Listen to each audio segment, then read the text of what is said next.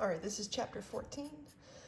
Question number 5 of the worksheet, the homework worksheet. It says, find the potential of the given cell, take activities into account. It looks so simple, doesn't it? But we know that when we're taking activities into account that we're going to have to eventually end up looking at ionic strength and then figuring out the activity based on the ionic strength using the table. So this kind of takes us back a little bit to maybe chapter 8-ish, I think is where we encountered this. So first, let's think about how we're going to do this. And we're finding a potential of a cell, and it's got conditions that are different than 1 mole and 1 mole per liter and 1 mole per liter. In other words, it's different from our standard cell potential. We are going to use our Nernst equation. So this is E naught cell minus 0.05916, this Nernst equation, over n being the number of moles of electrons that are transferred, times the log of our concentration, where our concentration is going to be anode over cathode. But we should pay attention to the fact that this isn't just going to be plain concentration here, because it asks us to take activities into account. In other words, first, our anode over here is going to be cobalt, so we'll be looking at cobalt. I can see right away it's going to be a cobalt 2+, because there's 2 chlorides that it's going to give off.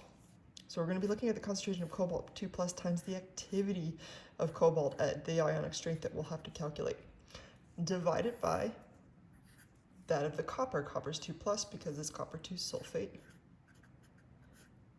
times the activity of the copper here. And now we're in a position where we can start filling things out and figuring things out. We're eventually going to have to again figure out the activity because it asks us to, but also we'll have to use the ionic strength to get there, and everything else should fall into place relatively naturally. So let's go ahead and give it a try. I like to break things down to the half reactions. Let's first calculate our standard cell potential, so we should be able to calculate that. If we're able to calculate that, that will be a huge piece of the puzzle, so let's do it. We know that here we've got cobalt, solid, and it's going to be turning into this cobalt 2+, and to balance it out we have to add 2 electrons to it. This would be a solid. Generally speaking, when I write something with a charge, I just make the assumption that it's aqueous. So in previous problems where you see me going back and being like, I forgot to add aqueous, I'm just going to say if it's an ion, we're going to go ahead and assume that it's aqueous. All right, and the other one is we've got copper 2+ here.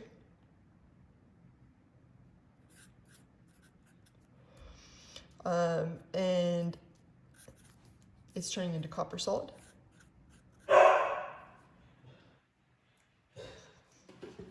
And so we'll have to add 2 electrons to this side to balance it out.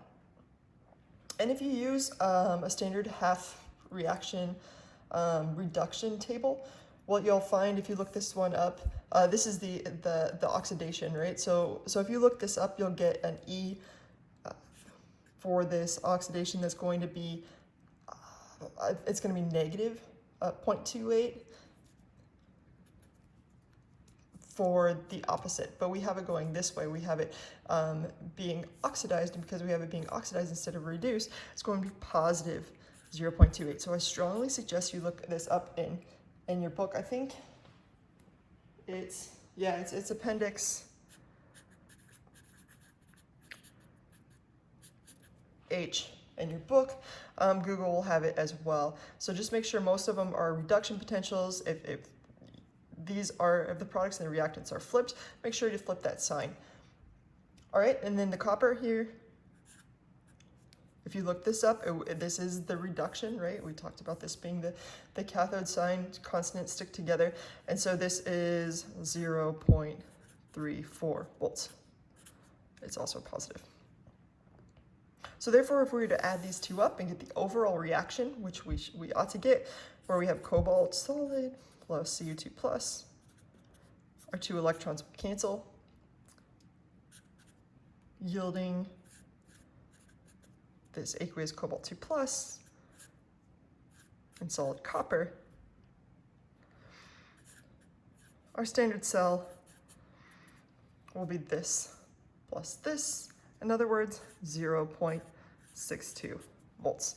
So now we've taken care of this part of the puzzle. Now we just need to take care of that part, and that part's funsy munsies. Woo, let's do it. Okay, so to calculate ionic strength, just to bring your mind back, we have an equation, and that's mu, which is the ionic strength, equals 1/2 times the sum of the concentration of something, C sub I, times the charge of that thing squared, Z sub I squared. So you add all these things up and you multiply it by 1/2. Let's start by looking at the cobalt. So the ionic strength of the cobalt 2 chloride is going to be equal 1/2 times the concentration of the cobalt, which is given right here,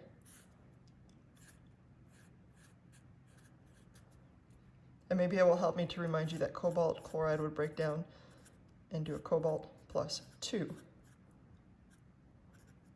chloride ions. So let's first look at the cobalt, and then we'll look at the chloride. 0.00165 mole per liter of the cobalt times its charge, which is 2, positive 2 squared, because that's the charge of the cobalt, plus, don't forget about the chloride, we have 2 mole per liter of chloride. So if we started off with 0.00165 here and we dissolved it, we'd get 0.00165 cobalt, but we'd get 2 times 0.00165 of the chloride. In other words, 0.00330 times its charge, which is -1 squared. If we calculate this out,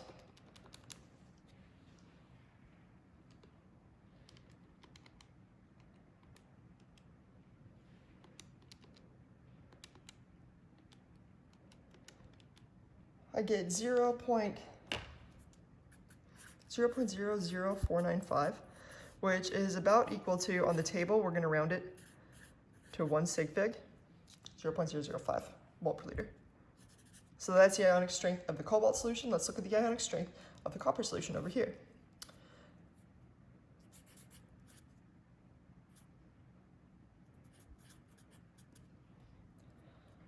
So we'll have 1/2 times, I'm just realizing there wasn't an extra parentheses here.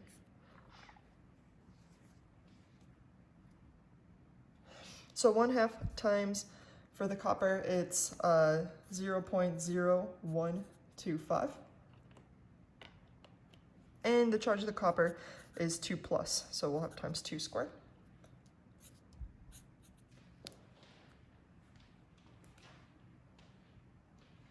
Plus 0.0125 times -2 for the sulfate squared.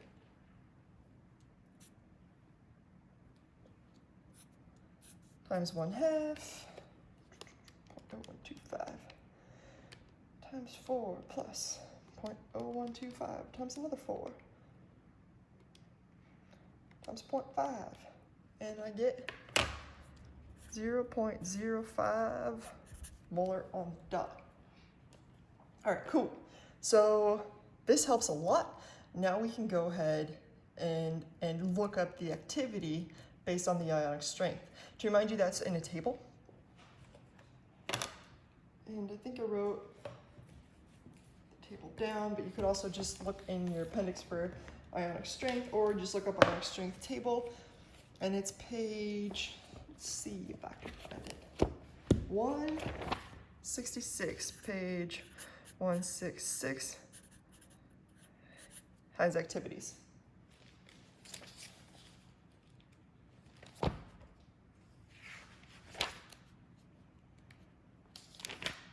All right, and sure enough, it does.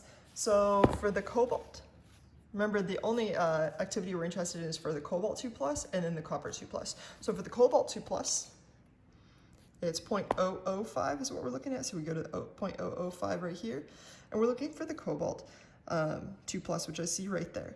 So 0.005 for cobalt 2+ is 0.749. So that's the activity of this cobalt. So this is 0.749. And then now we're going to look for the copper 2+, which has a concentration of 0.05. So we go to 0.05 for the ionic strength, and we're looking for copper 2+. I see it right here. So if we go over the 0.05, I get an answer of 0.485. 0.485. Whew. All right, so we have set this up really well. Now it's just a matter of plugging and chugging. So let me go ahead and do this so we can get a little bit free space here.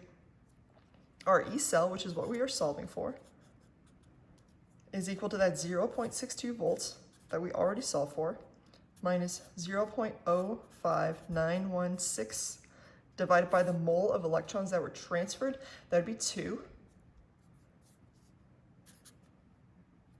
times the log of the cobalt concentration, which we know is 0.0165 or 0.00165 mole per liter, times the activity that we calculated, which is 0.749,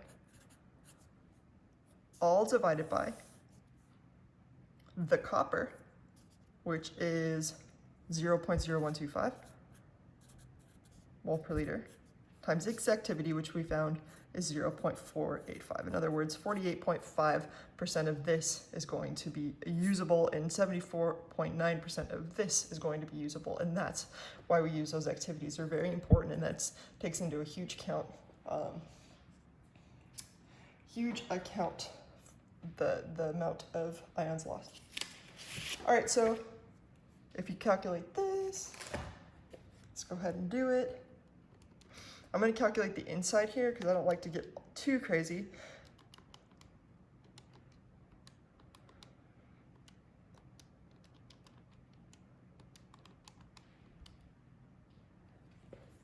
The inside here I get 0.20385. So now I'm going to take 0.05916 divided by 2 times the log of that last answer.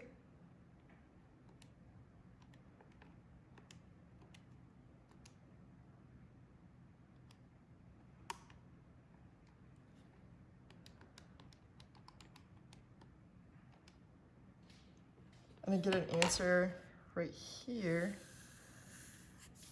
of negative 0.0204. Don't forget the negative ends up being important because you're subtracting a negative. So don't forget that you're subtracting here and accidentally add. So we subtract a negative, that's the same thing as adding a positive. So I add that to 0.62.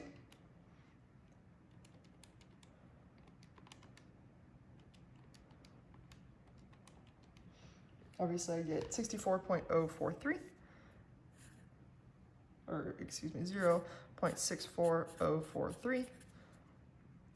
We know that one to the hundredths place, and therefore we know that one to the hundredths place, and our answer is 0.64 volts.